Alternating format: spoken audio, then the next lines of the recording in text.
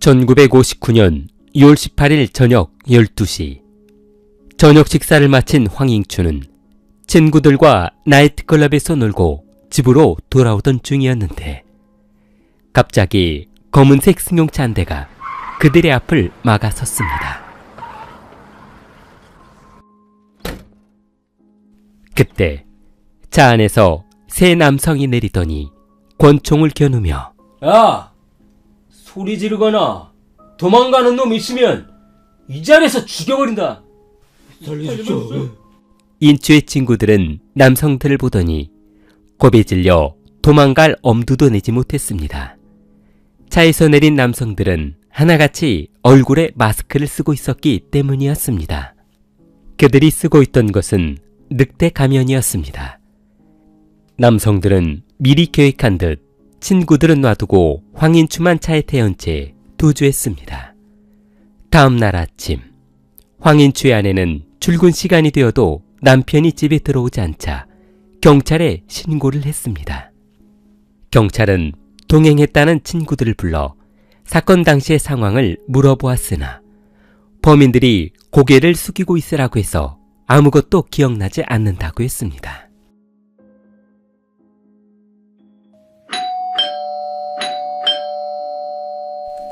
소포했습니다. 1959년 6월 21일 황시빈은 의문의 소포 상자를 받게 되었는데 어디 보자. 나한테 올만한 소포는 회사로 보낼 텐데 누가 집으로 소포를 보냈지? 여보, 뭔데 그래요? 그러게, 나한테 소포가... 시빈이 소포 박스를 열자 어머나! 상자 안에는 얼마 전 실종된 아들 황잉추의 잘린 피 묻은 귀가 담겨져 있었습니다. 그리고 박스 안에는 아들이 타고 다녔던 승용차의 차키와 지갑, 소지품들이 들어있었습니다. 박스 아래에는 범인들이 남긴 것으로 의심되는 한 통의 편지가 들어있었는데 아들을 살리고 싶다면 50만 홍콩 달러를 가지고 약속 장소로 나오시오. 라는 내용이 적혀 있었습니다. 잉추의 아버지는 곧바로 경찰에 신고했고 현장에 도착한 경찰은 아들의 잘린 귀를 보고 혈액이 응고된 시간으로 보아 분명 살아있을 것이라는 결론을 내렸습니다. 그러나 아버지는 범인들에게 아들의 몸값을 주지 않기로 했는데 그놈들이 아들을 죽였는지 살렸는지도 모르는 마당에 경찰에 신고도 안 하고 협상하러 나간다면 우리 생명도 보장받기요 어렵지 않습니까? 그래도 아들이 먼저지. 그깟 돈이 문제예요? 저는 절대로 납치범들과 협상할 생각이 없습니다. 그 뒤로 납치범들에게 편지나 전화는 오지 않았고 세월은 흘러 어느덧 2년이라는 세월이 흘렀습니다. 1961년 2월 10일 아침 식사를 마친 황시빈은 평상시와 같이 운전기사가 운전하는 승용차를 타고 출근하던 길이었습니다. 그런데 산업도로를 달리던 황시빈의 차를 따라오던 검은색 승용차가 굉음을 내며 앞지르더니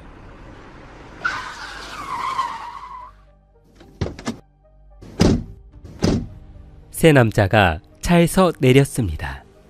그들은 얼굴을 늑대 가면으로 가리고 있었는데 허공에 총을 발사한 뒤 기사에게 차문을 열라는 손짓을 했고 운전석에 올라탄 남성들은 타고 온 차 트렁크에 운전기사를 집어넣어 버렸습니다. 그리고 황시빈의 차를 끌고 도주했습니다. 시빈은 반항 한번 해보지 못하고 그들에게 납치되고 말았습니다. 당시 숨어서 현장을 목격했던 주민은 곧바로 경찰에 신고를 했으나 경찰이 현장에 도착했을 때는 아무것도 남아있지 않았습니다. 15일 후 황시빈의 집에 편지 한 통이 도착했습니다. 편지에는 다음과 같은 내용이 적혀 있었는데 남편을 살리고 싶다면 50만 홍콩 달러를 준비해 약속한 장소로 나오시오. 거친 늑대. 시빈의 아내는 이전 아들의 사건을 기억하며 이번에는 경찰에 신고하지 않고 직접 돈을 들고 그들을 만나기로 했습니다. 1961년 2월 25일 새벽 1시 그들이 약속한 장소를 따라 골목길에 들어선 그녀는 너무 무서워 등골에 땀이 흐르기 시작했습니다. 그녀의 구두 발자국 소리가 골목길에 울려 퍼지자 막다른 골목에서 마스크를 쓴 3명의 남성이 나타났습니다. 경찰을 데리고 온 건 아니겠지? 절대 그럴 일 없어. 그때 아들 사건 한 번으로 만족한다고. 그럼 약속한 돈은 가져왔겠지? 자, 당신들이 요구하는 금액이야. 납치범들은 가방 속의 현금을 확인하자 남편을 끌고 나왔습니다. 자, 어서 데리고 꺼져. 아내는 시빈을 데리고 집으로 돌아온 후 곧바로 경찰에 신고했습니다. 그러나 이미 도주해버린 납치범들을 잡기에는 시간도 증거도 부족한 상황이었습니다. 경찰은 자신들에게 협조도 하지 않고 독단적으로 일을 처리해버린 황시빈과 그의 아내 때문에 더 이상 실종된 아들 사건을 신경 쓰지 않았습니다. 황시빈은 싱잉 컴퍼니를 설립한 황싱잉의 아들이었는데 싱잉 컴퍼니는 엔진 오일을 만드는 회사로 당시 홍콩에는 단 하나밖에 없는 회사였습니다. 그렇기 때문에 싱잉 컴퍼니는 아주 순식간에 성공할 수 있었고 나이가 많아진 싱잉은 회사를 아들에게 물려주었습니다.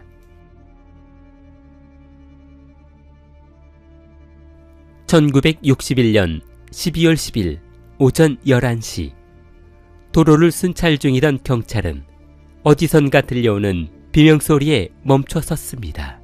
사람 살려! 사람 살려! 경찰은 호각을 부며 남성을 폭행하고 있는 현장으로 달려갔습니다.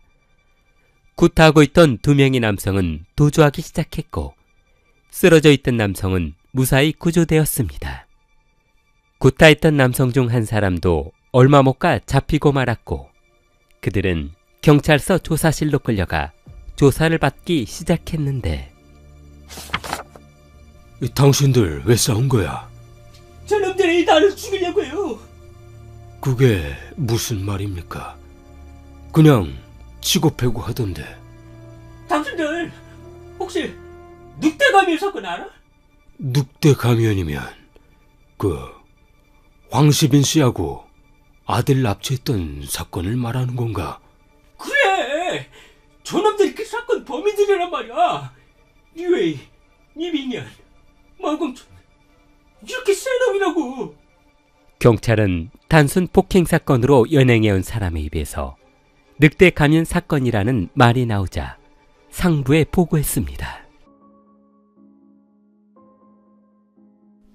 리웨이는 1930년 중국에서 태어나 1948년 아버지를 따라 홍콩으로 들어왔습니다.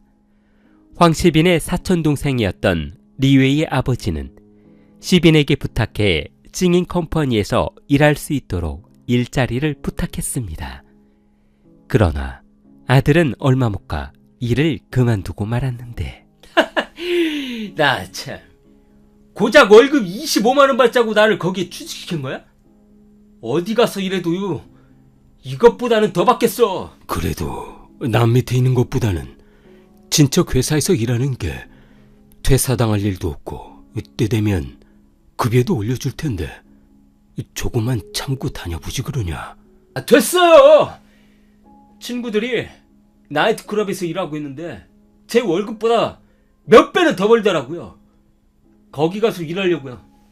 리웨이는 퇴직 후 나이트클럽에서 웨이터로 일하며 100만 원이 넘는 월급을 받았지만 단속에 걸린 클럽은 2년도 못 가 문을 닫고 말았습니다.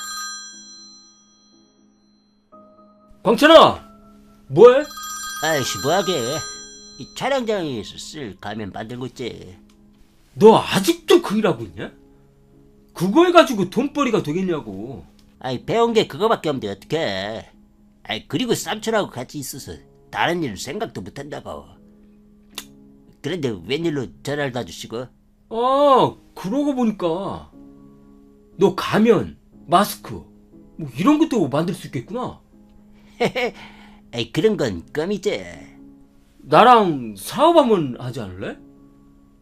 한 번에 50만 홍콩 달러는 벌 수 있을 것 같은데 말이야. 이게 그렇게 많이 해? 그게 뭔데?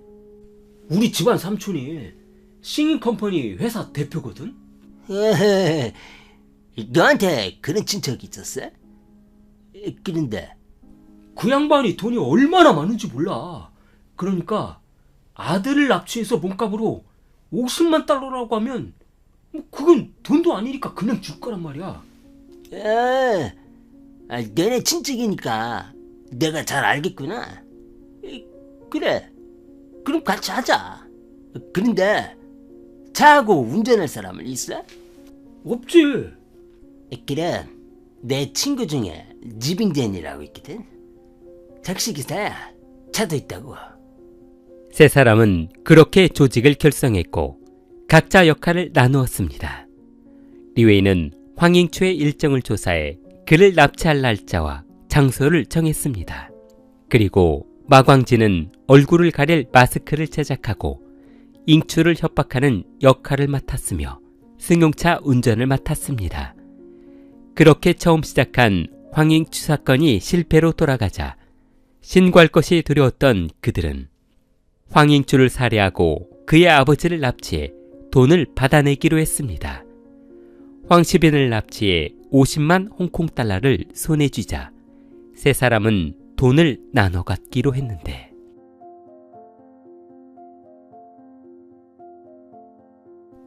그동안 돈이 없어 항상 돈을 빌리고 다녔던 리웨이가 갑자기 돈 씀씀이가 커지자 그에게 돈을 빌려주었던 귀자이프가 그를 보자 너 요즘 신수가 환해졌구나. 그래, 내 돈은 언제 갚을 건데? 아이, 곧 갚으면 될 거 아니야. 그까짓 게 얼마나 된다고 그래?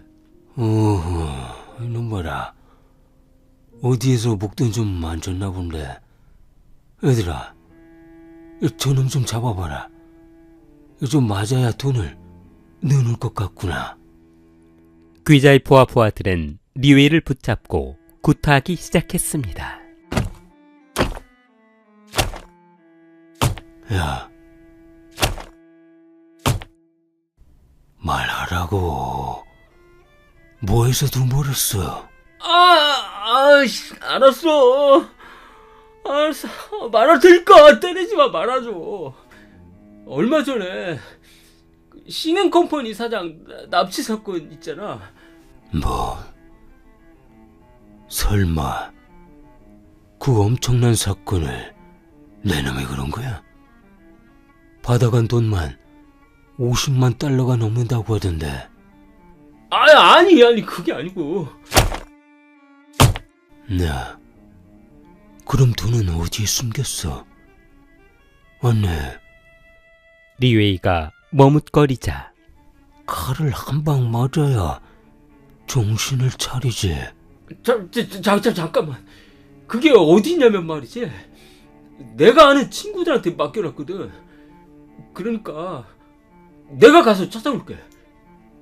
내일 만나서 전부 줄게. 정말이지. 그날 밤 귀자이프는 리웨이를 놔주며 다음날 약속 장소로 돈을 가지고 나오라고 했습니다. 다급해진 리웨이는 이 사실을 친구들에게 알렸는데 너 미쳤어? 그러다 우리 다 죽는다고. 그놈들이 그 돈 받아가지고 떠날 것 같아? 숨겨놓은 돈까지 다 뺏어갈 거라고. 아이씨, 그럼 나보고 어떡하라는 말이야. 나 이러다 죽는다고. 그러길래 왜 돈 자랑을 하고 다녀서 이 사단을 만드는 건데? 내가 이럴 줄 알았냐고. 그러지 말고 약속 장소에서 그놈 죽여버리자. 다음날 가방을 들고 약속 장소에 나간 리웨이가 모습을 드러내자 이 돈은 가져왔겠지.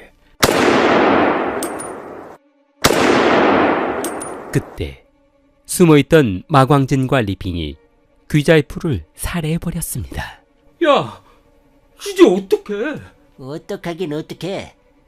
변전소 야산에 묻어버려야지. 거기 들어.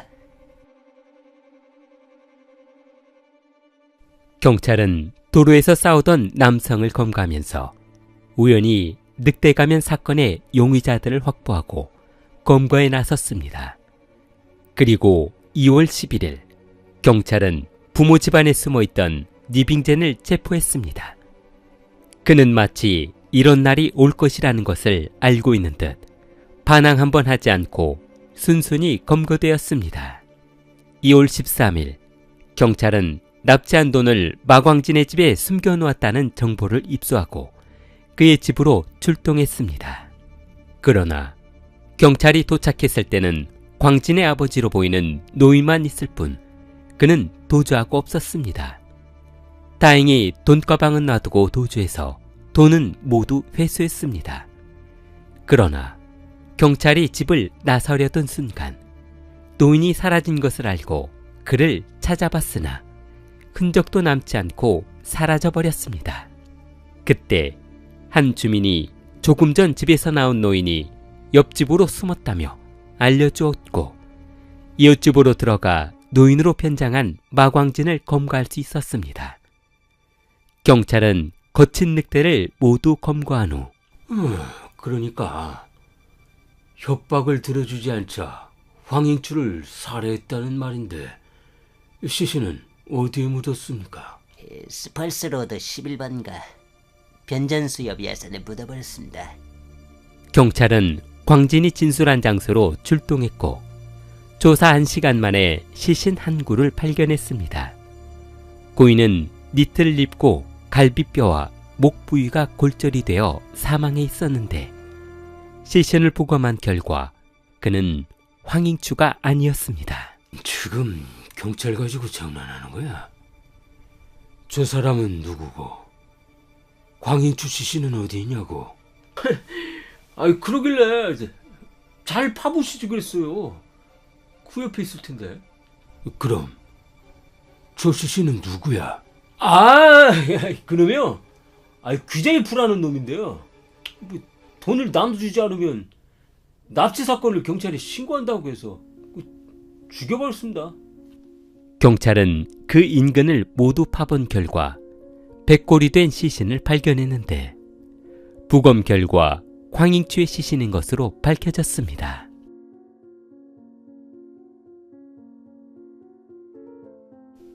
(1962년 3월 14일) 중앙법원 배심원단은 만장일치로 세 사람에게 살인 혐의로 사형을 선고했습니다. 이들은 홍콩의 사형제도가 폐지되기 전 마지막으로 처형된 사형수들이라고 합니다. 킬리를 사랑하는 마음을 좋아요와 구독으로 표현해보세요. 킬리였습니다.